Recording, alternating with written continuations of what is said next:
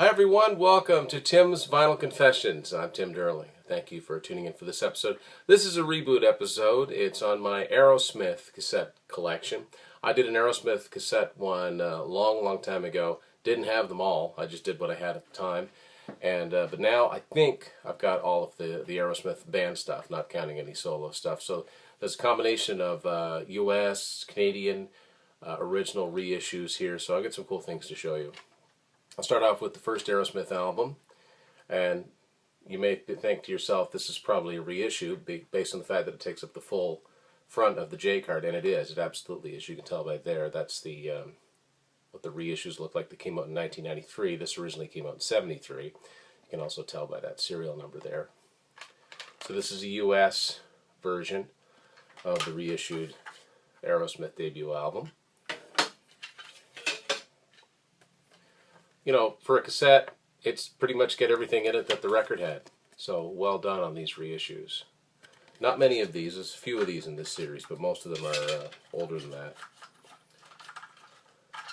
Next up, 1974, second Aerosmith album. Great album, Get Your Wings. This is a Canadian issue from probably sometime in the late 80s. I say that because it's still saying CBS and not Sony. Although it's newer because you get a J card that takes up the entire back here. It doesn't end up here. And also you have a clear colored cassette. That's one way you can tell. So I've got examples of that are older. Nothing inside the J card. Next up, the third Aerosmith album, Toys in the Attic. This is another Canadian issue, but quite an older one here. This originally came out in 1975. The CBS Records Canada cassette there, if you can tell. And there's nothing inside the J card. This is what the cassette looks like. So quite a bit older, I would say.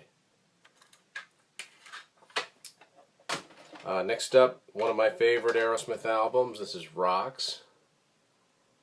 Looks about the same time period as that Toys in the Attic tape. So probably issued sometime in the early to mid 80s. Cassette's quite faded there.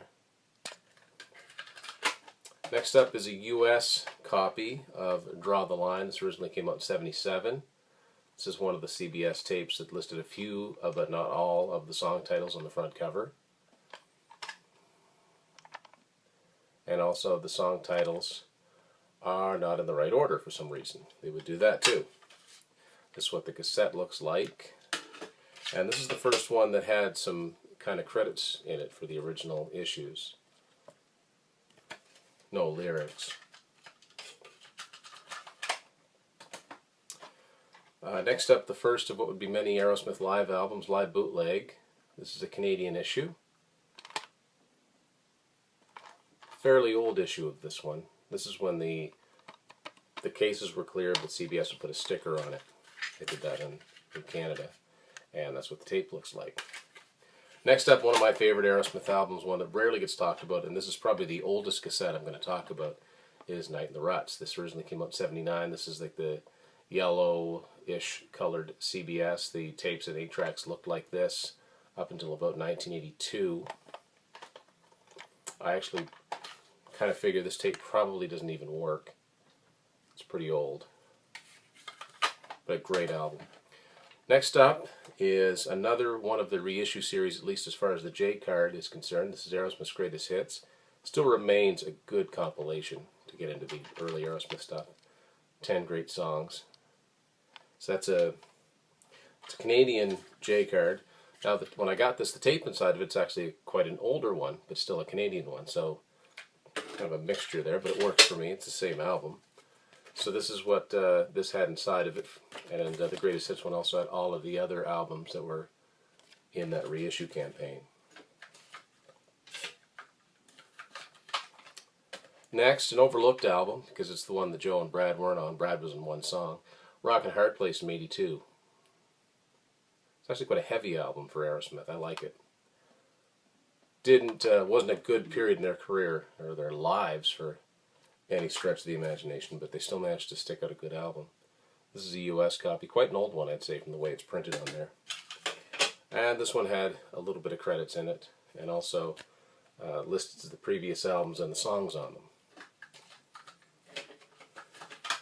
Aerosmith's first album for Geffen Records came out in '85, Done with Mirrors. Everything is mirror image, except for the serial number, which they probably couldn't do, and the barcode here. I like this album quite a bit. I think it's talked about a lot. Printing on the cassette is backwards there. I don't know if they did this with the cassettes. Eventually with the CDs, they came out with versions that read, read easier. They weren't mirror image. Just a little bit of credits in there. This cassette actually differs from its album counterpart because the last song on here is the song Darkness, which was only on the cassette and CD. At the time it was a selling feature, but it wasn't on the record. So after Geffen got Aerosmith, they hadn't quite made their comeback yet, but they were working on it. And CBS decided to start to try to milk the old catalogs. They came up with this Classics Live. This came out in '86. This is a Canadian edition, kind of faded there. That's the cassette. At the time, there's sort of gold lettering on there, not just white or silver.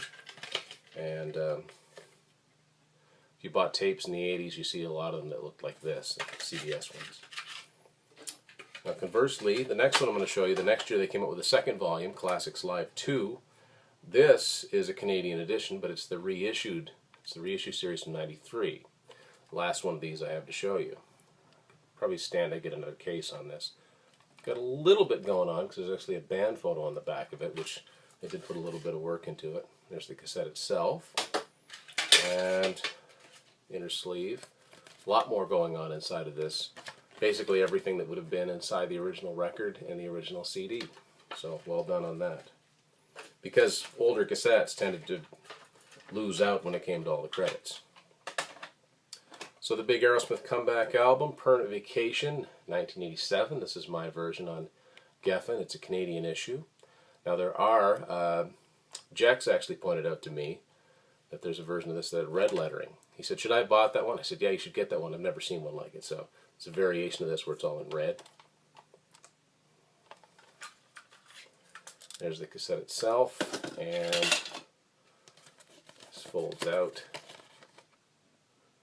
For a lot of people my age, this was the introduction. This was their introduction to Aerosmith and their first Aerosmith album. CBS struck another time in '88, though, to cash in on that success with a really good mix of songs called Gems. This basically is the companion to the original Greatest Hits. This has some great stuff on it, and it was the first time that the studio version of Chip Away the Stone was widely available, which is a fantastic little ditty. They didn't write it, but it's Richie Super wrote it, but it's a great tune. Order form for a couple of their home videos, the Texas Jam and the Video Scrapbook. Yeah, I really like Gems. I listened to that quite a lot. It was, even for sort of a throwaway, record company release, it was worth it. Possibly my favorite Aerosmith album, possibly, is Pump. Came out in '89. Another big album for them on Geffen. And this is a US version.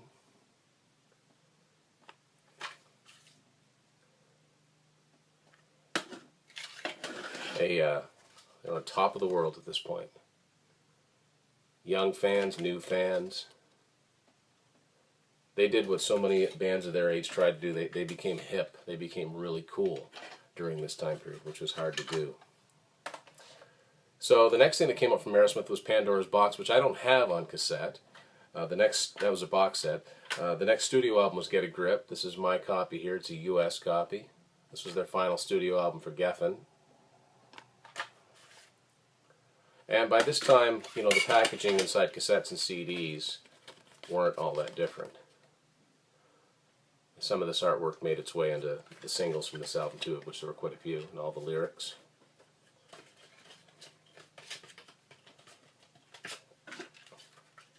So Geffen put out a best of in '94. They actually had quite a bit of songs to put on it, called Big Ones. My only thing is I wish they'd put something from Done with Mirrors on here. That overlooked. This is a US version.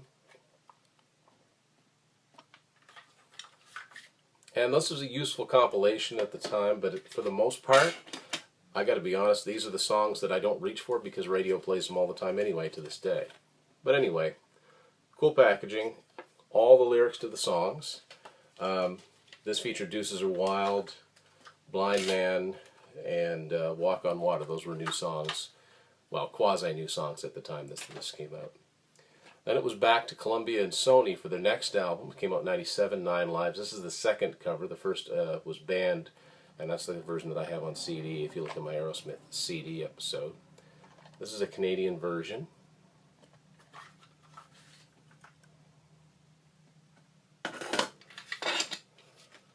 Very elaborate packaging in this one. This one doesn't have the lyrics like the CD does.